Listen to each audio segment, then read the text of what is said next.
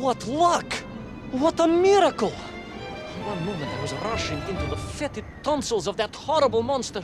The next, I was plummeting downwards to the jungle floor beyond its reach. I prayed I would land on something soft. Perhaps your head. But nothing could have prepared me for what was about to unfold. An epic saga of pride, power, and revolution. A struggle for freedom the likes of which our world has never seen. And it happened like this.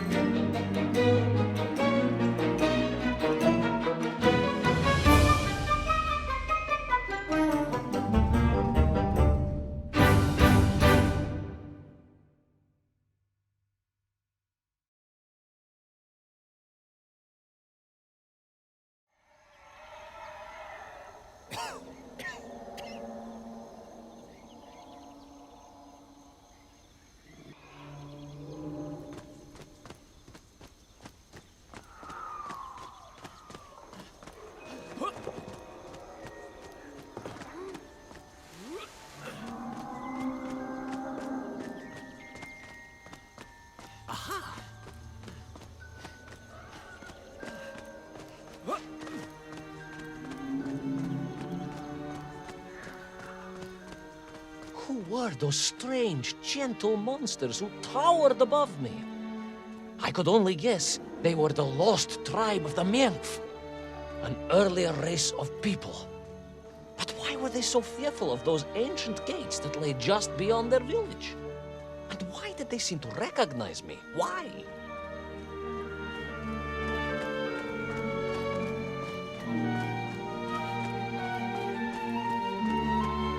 Yes, I'm also wondering why. No, a как же, General? Who was I to question such things? Trapped as I was deep underground. I was more curious, I must admit, about the location of little Orpheus.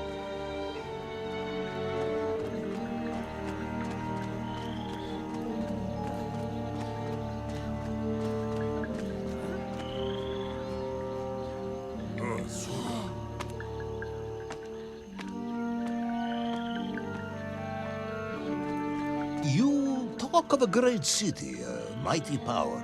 Yet your nymph squatted like savages in huts at its boundary. They did. And the answer to that mystery lay beyond my grasp at that point.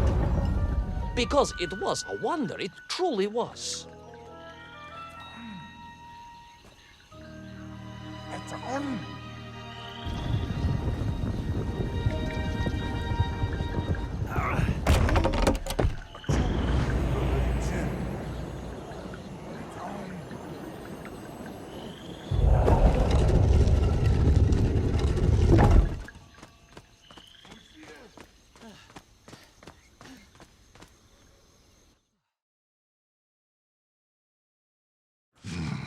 The lost city of Agartha. I hope I may one day see it myself. Oh, General, if only you could. Unfortunately, as I shall explain, should you seek Agartha now, you wouldn't find it. It has been utterly destroyed.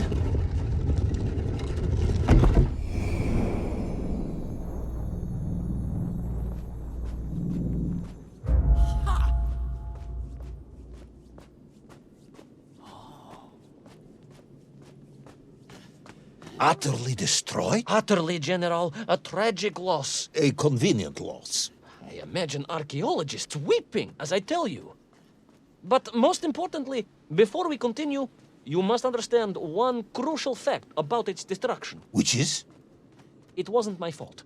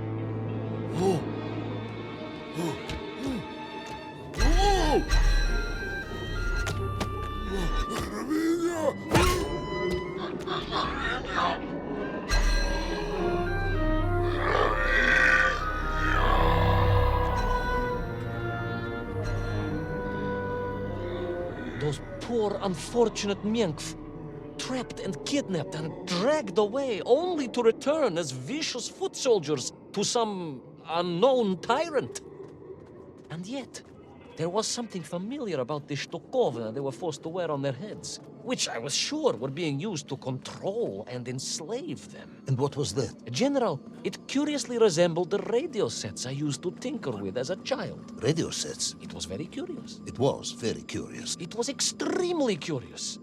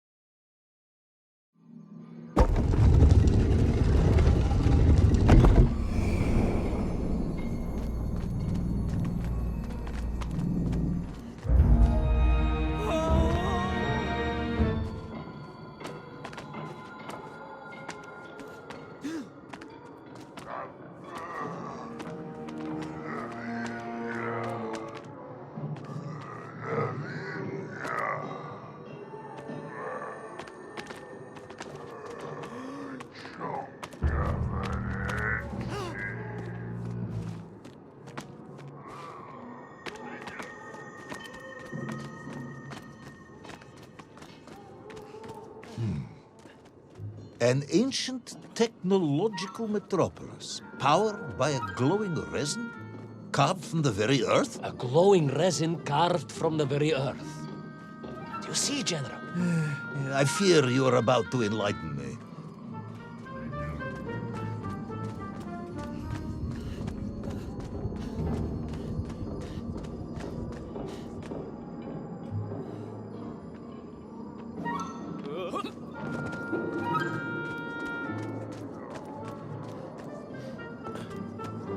Little Orpheus must have been drained by the impact, but whoever had stolen it and brought it here was no doubt planning to use the Agarthan resin to charge up the atomic bomb, restoring the device to its full potential. What sort of man would come up with such a monstrously reckless scheme? Perhaps the type of man who has such limited understanding of atomic energy that he thinks an ancient metropolis can be powered by shiny marbles.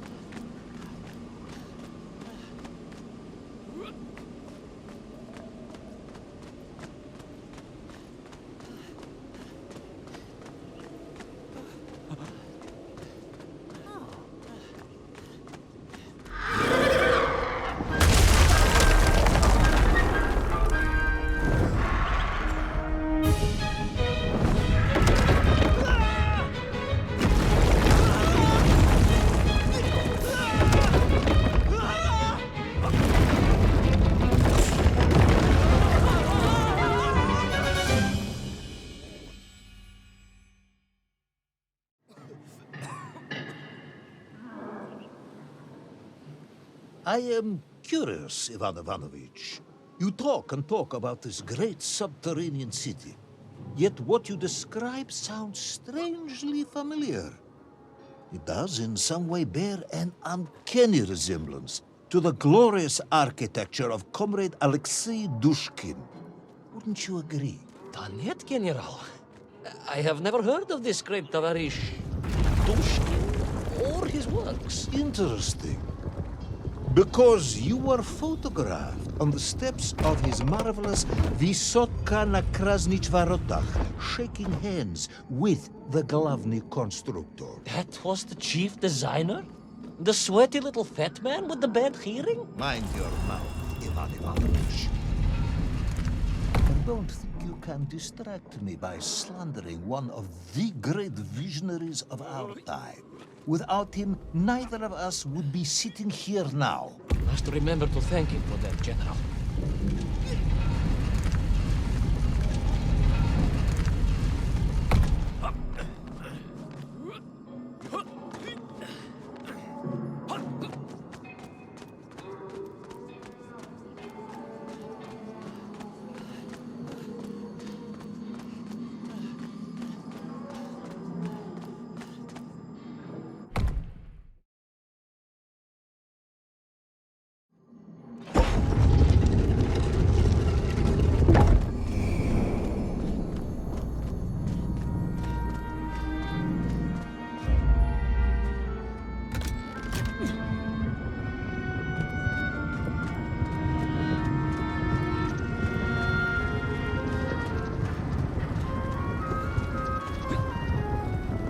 Those enslaved mink were trying to stop me. I was sure of that now. I find myself sympathizing with them, I must admit. No, General, then I have failed to win you over. Uh-huh. A point of agreement at last.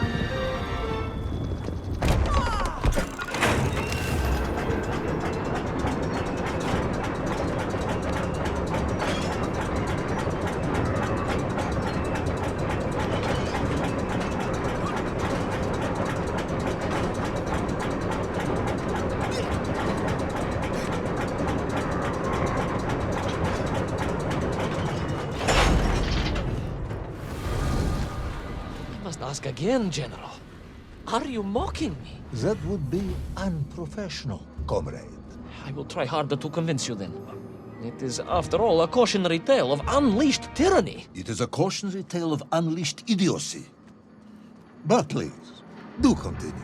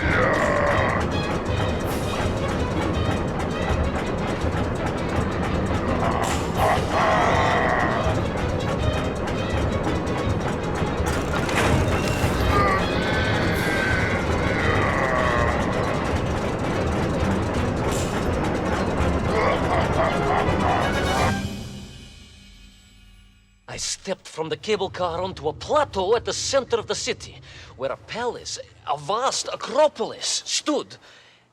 I was reminded of Chelyabinsk Sorok. May I ask how you know of Chelyabinsk? My Aunt Masha was a traveling tinker who married a beef investigator from Zlatoust. She told me of a secret but wonderful city in the west. An edifice of sheer power, humbly serving the will and needs of the people. Yes, unfortunately, that story didn't end so well. No. That's what Auntie Marcia told me. And perhaps that is why I was also reminded of it. Because the moment I touched the floor in that place, I could tell something was very, very wrong.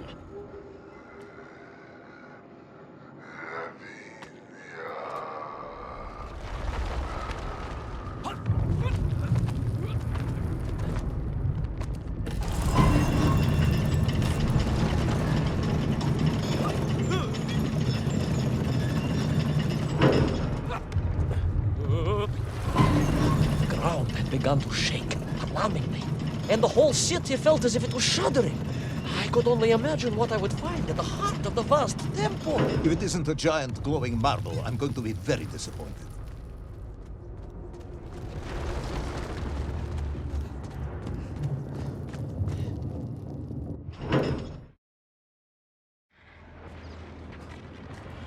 A huge resin sphere that overshadowed all of the others. I caught glimpses through the twisted architecture. And it was then I saw him.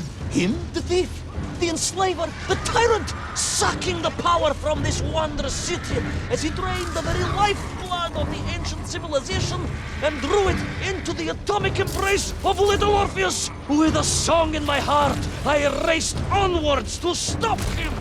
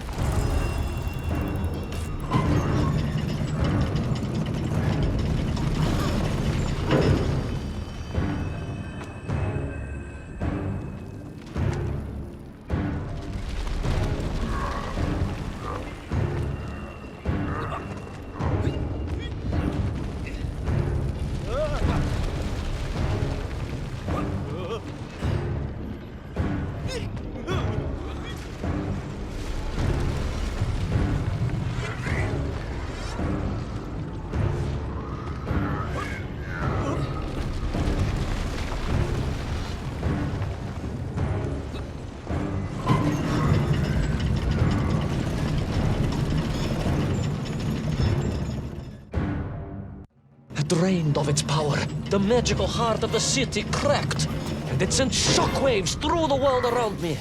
A true monster general, willing to bring down the mountain itself upon Agartha and bury it forever in his ruthless scheme. I could not save that wondrous place, General, to my shame and regret. But I resolved myself to avenge the Nymph, to recapture little Orpheus, and to bring that tyrant to justice.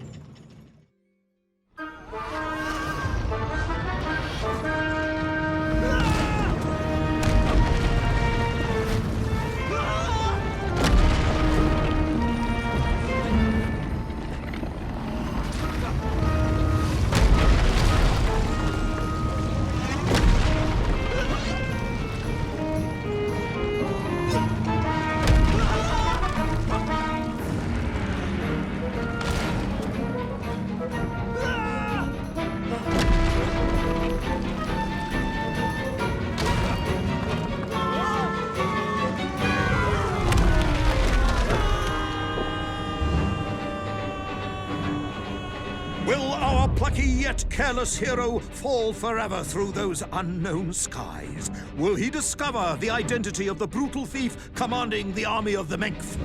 What chance does he have of ever returning to his beloved homeland? How long can the general's patience last? All of these questions and more will definitely be answered in the next exciting episode of Little Orpheus!